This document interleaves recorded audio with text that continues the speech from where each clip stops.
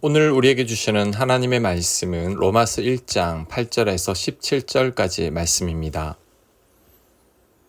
8절 먼저 내가 예수 그리스도로 말미암아 너희 모든 사람에 관하여 내 하나님께 감사함은 너희 믿음이 온 세상에 전파됨이라. 내가 그의 아들의 복음 안에서 내 심령으로 섬기는 하나님이 나의 증인이 되시거니와 항상 내 기도에 쉬지 않고 너희를 말하며 아멘. 8절에서 바울의 감사의 제목은 믿음이 온 세상에 전파된 것이라고 합니다. 이를 통해 느낄 수 있는 것은 바울의 기쁨은 하나님의 기쁨과 같다는 거죠. 하나님은 만민이 구원받기를 원하십니다. 바울도 마찬가지로 온 세상에 복음이 전파되는 것을 기뻐하고 있습니다. 우리의 기쁨은 어디에 있는지를 점검해 봐야 합니다.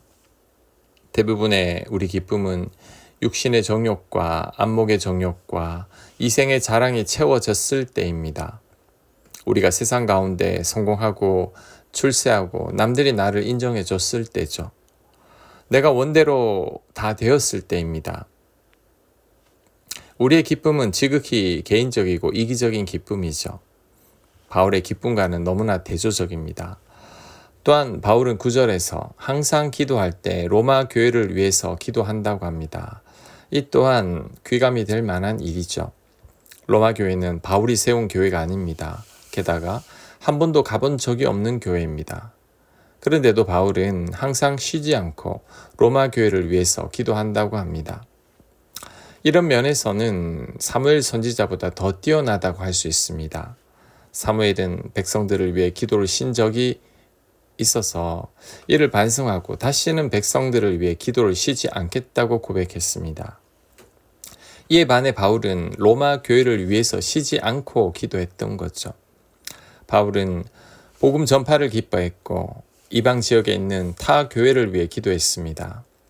이는 하나님의 마음을 가졌기에 가능한 거죠.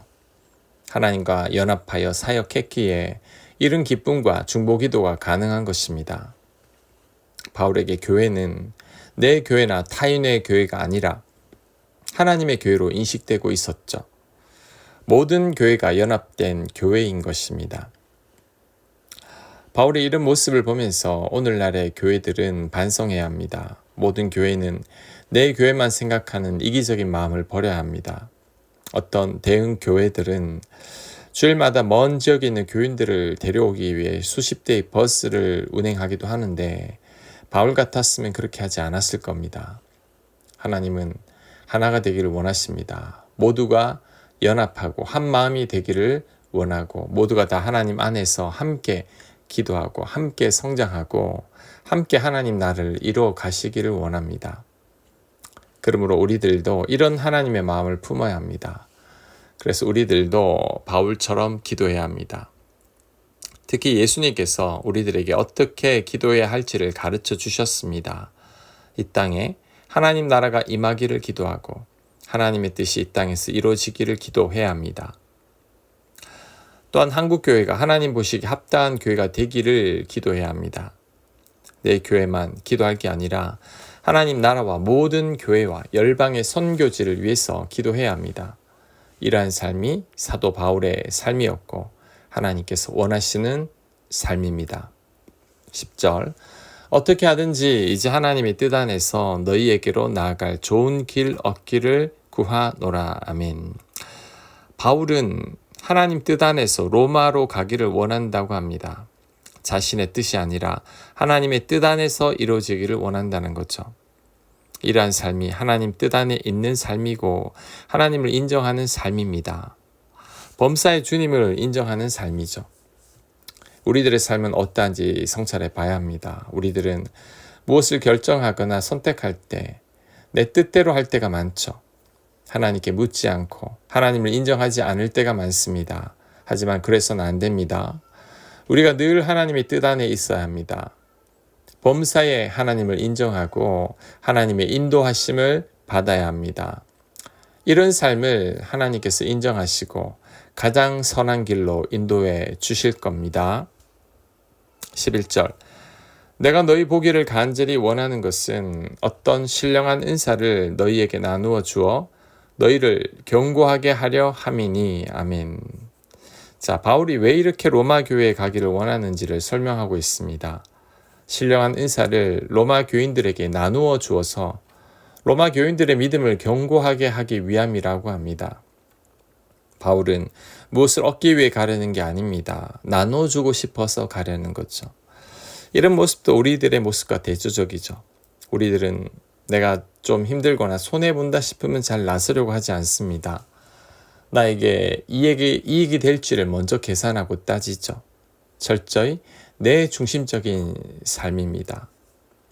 바울의 삶을 통해서 우리들의 이런 모습을 반성해야 합니다.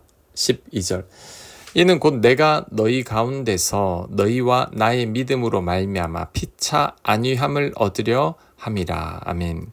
바울은 로마 교인들을 만나서 피차 안위함을 얻으려고 한다고 말합니다.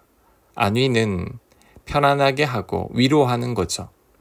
즉 바울이 로마 교인들을 만나서 자신이 가진 은사를 나눠줌으로 로마 교인들에게 은혜가 되고 자신 또한 기쁘다는 겁니다. 바울이 은사를 나눠주니 로마 교회만 덕을 본다고 생각해서는 안 됩니다. 사랑을 나눠주는 자나 받는 자가 모두 기쁘고 위로가 된다는 거죠. 우리는 주는 자가 받는 자보다 복이 있다는 말씀을 꼭 기억해야 합니다. 우리가 사랑과 은사를 나눌 때 모두가 복되다는 것을 명심해야 합니다. 세상이 줄 수 없는 기쁨을 이때 누리게 될 것입니다.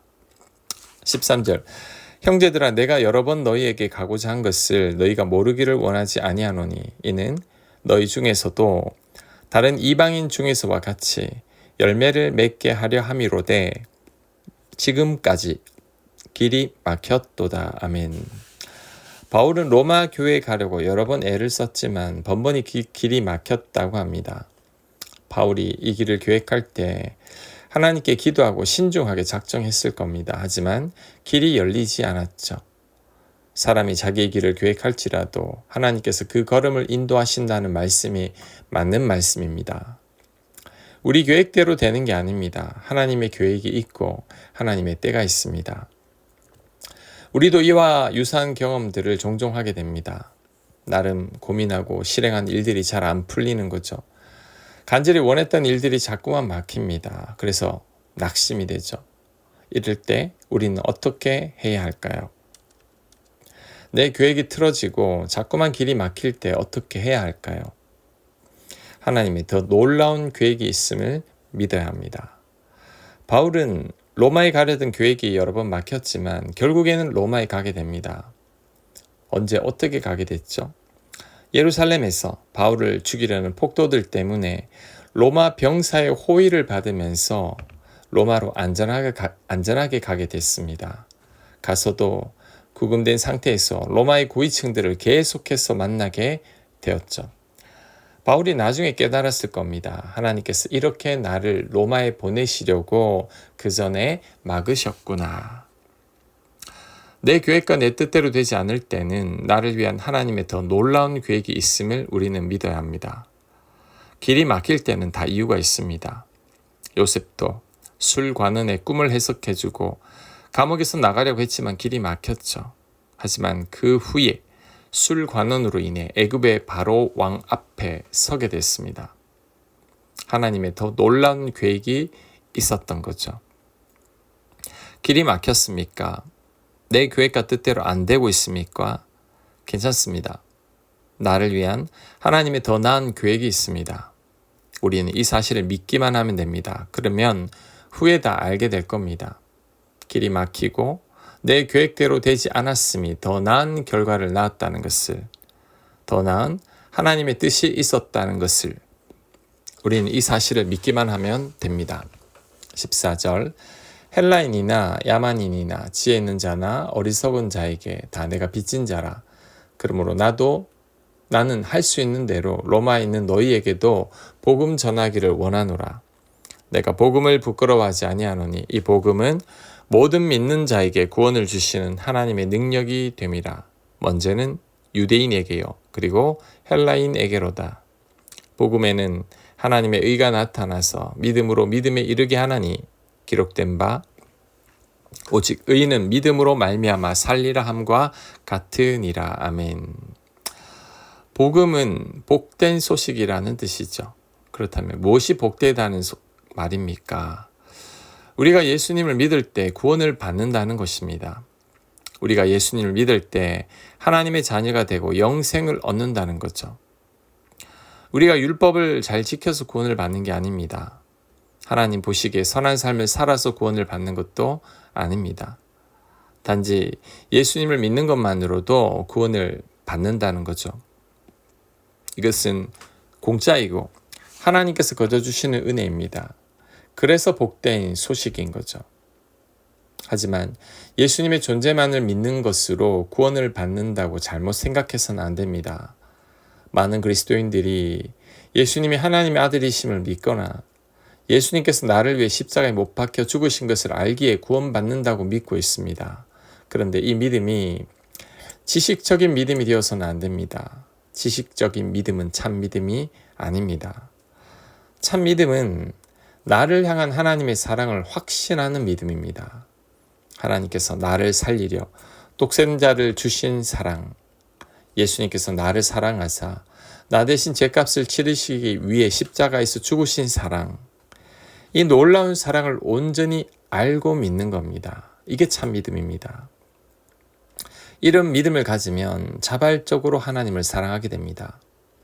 회심한 탕자처럼 아버지의 사랑을 알았기 때문이죠. 또한 하나님 뜻대로 살고 싶어집니다. 내가 사랑하는 하나님이시니 하나님께서 원하시는 대로 이제는 살고 싶어지기 때문이죠. 또한 내 곁의 사람들을 사랑하게 됩니다. 예수님을 통해 사랑이 무엇인지를 깨달았기 때문입니다. 그래서 예수님을 진정으로 믿는다는 것은 하나님의 사랑을 온전히 아는 겁니다. 나를 사랑하사 나를 위해 죽기까지 하신 예수님의 사랑을 확신하는 것입니다. 그래서 감사와 감격과 찬양이 넘치는 거죠. 이것이 진정으로 예수님을 믿는다는 것입니다. 반면에 예수님의 존재를 안다거나 십자가에 대한 지식만으로는 예수님을 믿는 게 아닙니다. 이런 믿음으로는 우리를 구원하시는 하나님의 능력을 온전히 확신하지 못합니다. 천국에 대한 확신도 못 가집니다. 작은 고난이나 환난에도 쉽게 흔들립니다. 내 곁의 사람들도 온전히 사랑하지 못합니다. 아직 참 사랑을 모르기 때문이죠. 바울처럼 고백하기 위해서는 내 믿음을 점검해 봐야 합니다. 내 믿음이 지식적으로 머물고 있지는 않은지를 반성해 봐야 합니다. 예수님의 십자가 사랑이 나를 향한 사랑임을 분명히 고백할 수 있어야 합니다. 나에게 사랑을 가르쳐 주시기 위해 아들을 주신 하나님의 사랑도 온전히 깨달아야 합니다. 이런 삶이 진정으로 예수님을 믿는 것입니다. 우리에게 구원의 능력이 되는 것입니다. 아멘. 하나님, 예수님을 믿는 믿음이 하나님의 능력이요 구원에 대한 확신이 되게 하여 주시옵소서. 지식적으로 아는 게 아니라 우리 몸과 마음이 영혼이 그 사랑을 온전히 깨달아 늘 감사와 감격 속에 살아가는 저희가 되도록 하나님 인도하여 주시옵소서. 예수님 이름으로 기도합니다. 아멘.